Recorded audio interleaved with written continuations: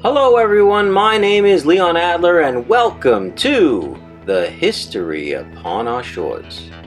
In this episode we will be covering a favorite lighthouse among the locals on the east end of Long Island, New York.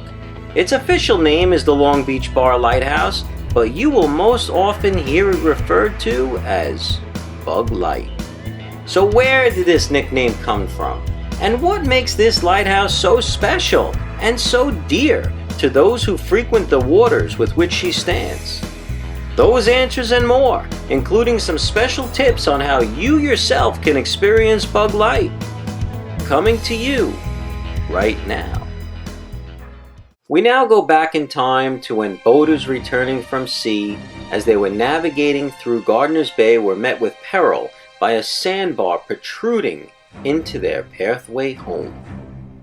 In December of 1869, the New York Herald carried the following plea for a lighthouse on Long Beach Bar to mark the entrance to Peconic Bay for the fishermen of eastern Long Island.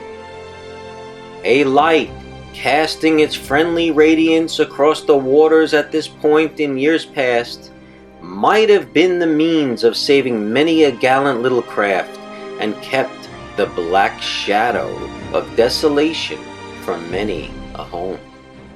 It was 7 months later, in July of 1870, when Congress provided $17,000 to construct Long Beach Bar Lighthouse, and its fixed red light beacon on a Fresnel fifth-order lens was first lit on December 1st, 1871, putting the lighthouse into service.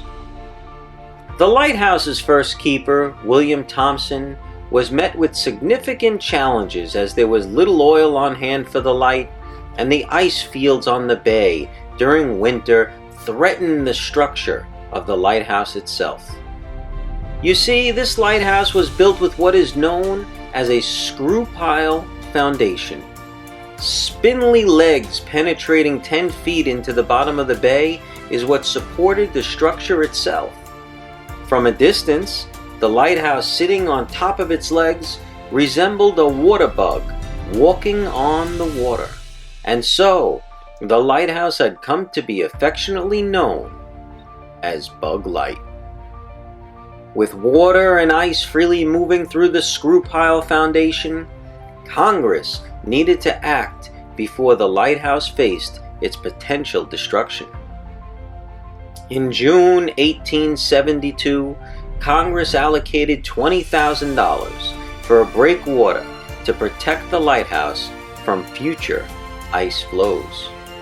The wood frame two-story structure had a mansard roof and a four-sided tower featuring beveled edges. There was even a fog bell. To assist mariners during periods of limited visibility, the bell was struck by a mechanism once every 15 seconds, and the mechanism itself needed to be wound every 2 hours for as long as the fog lasted. A reinforced concrete caisson foundation was poured beneath the lighthouse in 1926 to provide better protection.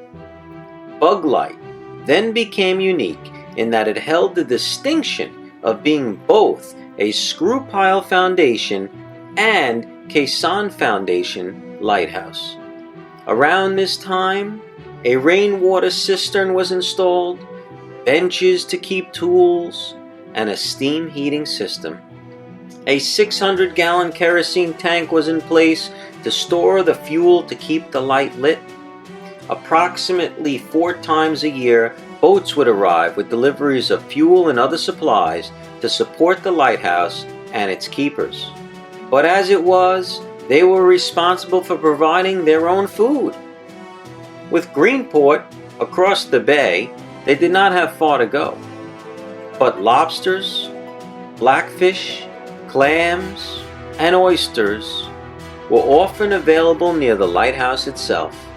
The lighthouse service unfortunately did not provide any meals. From September of 1934 until April of 1940, The official final lightkeeper was William Follett.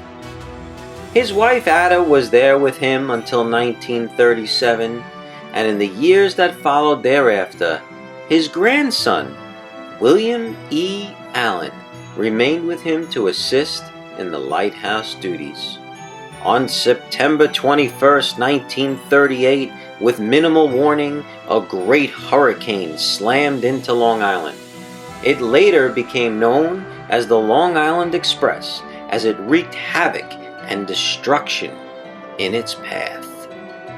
Keeper Follett and his grandson remained in the lighthouse throughout its duration. Windows on the second floor were broken due to wind and waves. The chimney was knocked over and the lighthouse light was extinguished. Even today, some of the fallen chimney bricks remain strewn among the riprap below. The station was taken out of commission in 1948, mainly because the sandbar had extended so far beyond where the lighthouse stood that the beacon was useless as a channel marker. And sadly, on the 4th of July, 1963, the lighthouse was set on fire by arsonists, completely destroying it. For 27 years, all that remained was the concrete foundation where the lighthouse once stood. But the spirit of Bug Light was strong, and it was destined to rise again. During the years of 1989 to 1990, with the help of Merle E. Wiggin and the East End Seaport Museum and Marine Foundation, a plan was put in place to resurrect the lighthouse. Hundreds of local residents and others raised $140,000 for the construction of a working replica of the original lighthouse. It was an outpouring of generosity, and the local residents were invested in seeing this restoration of their beloved lighthouse come to fruition. The project took only 60 days from inception to completion, making it one of the most unique lighthouse restoration projects in the world. The replica of the original Bug Light was built on land in the Greenport Yacht and Shipbuilding Company.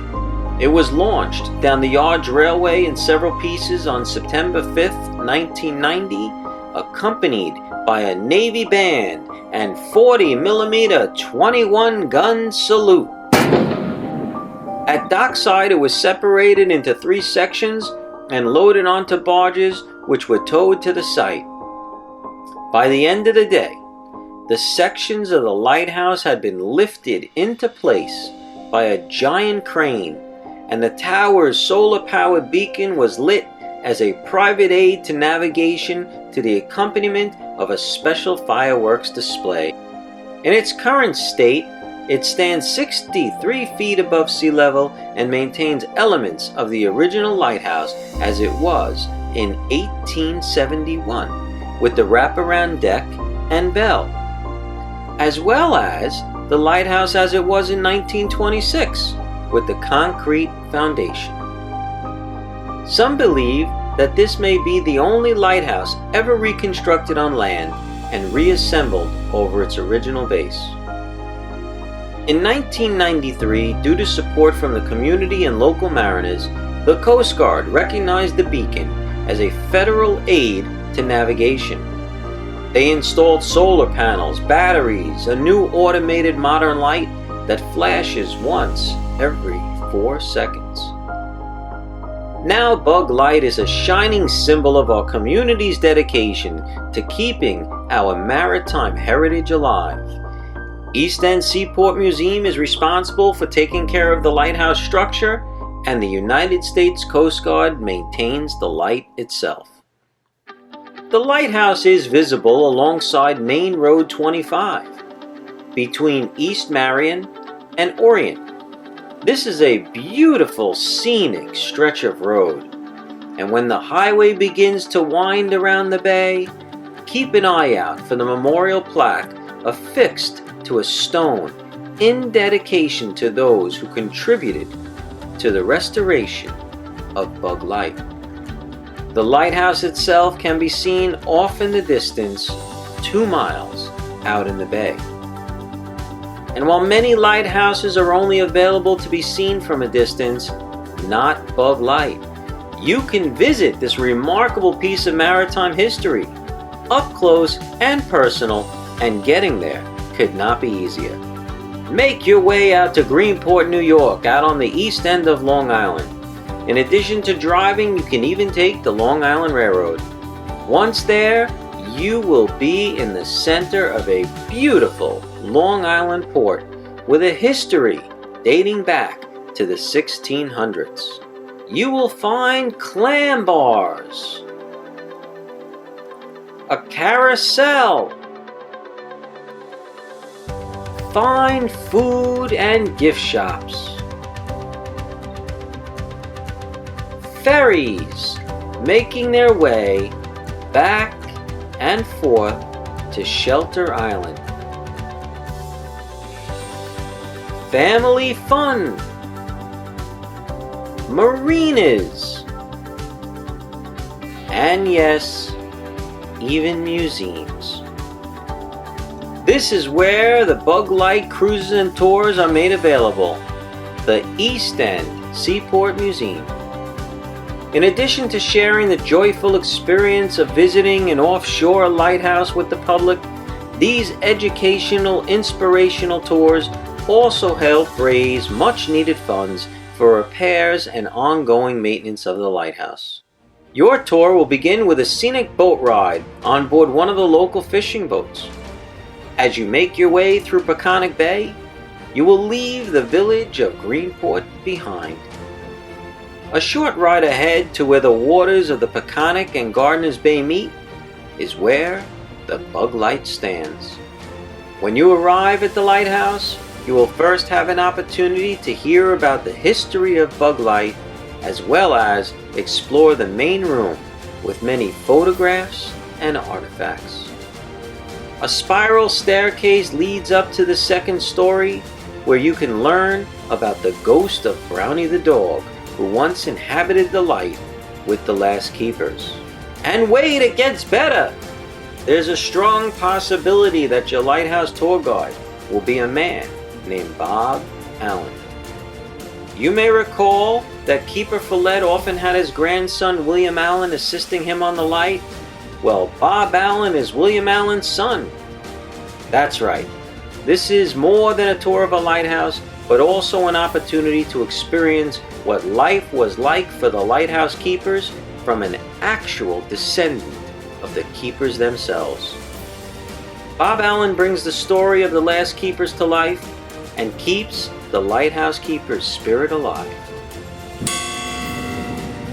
Hopefully you have enjoyed the story of Bug Light and that you get an opportunity to visit it soon. My name is Leon Adler, and this has been The History Upon Our Shores.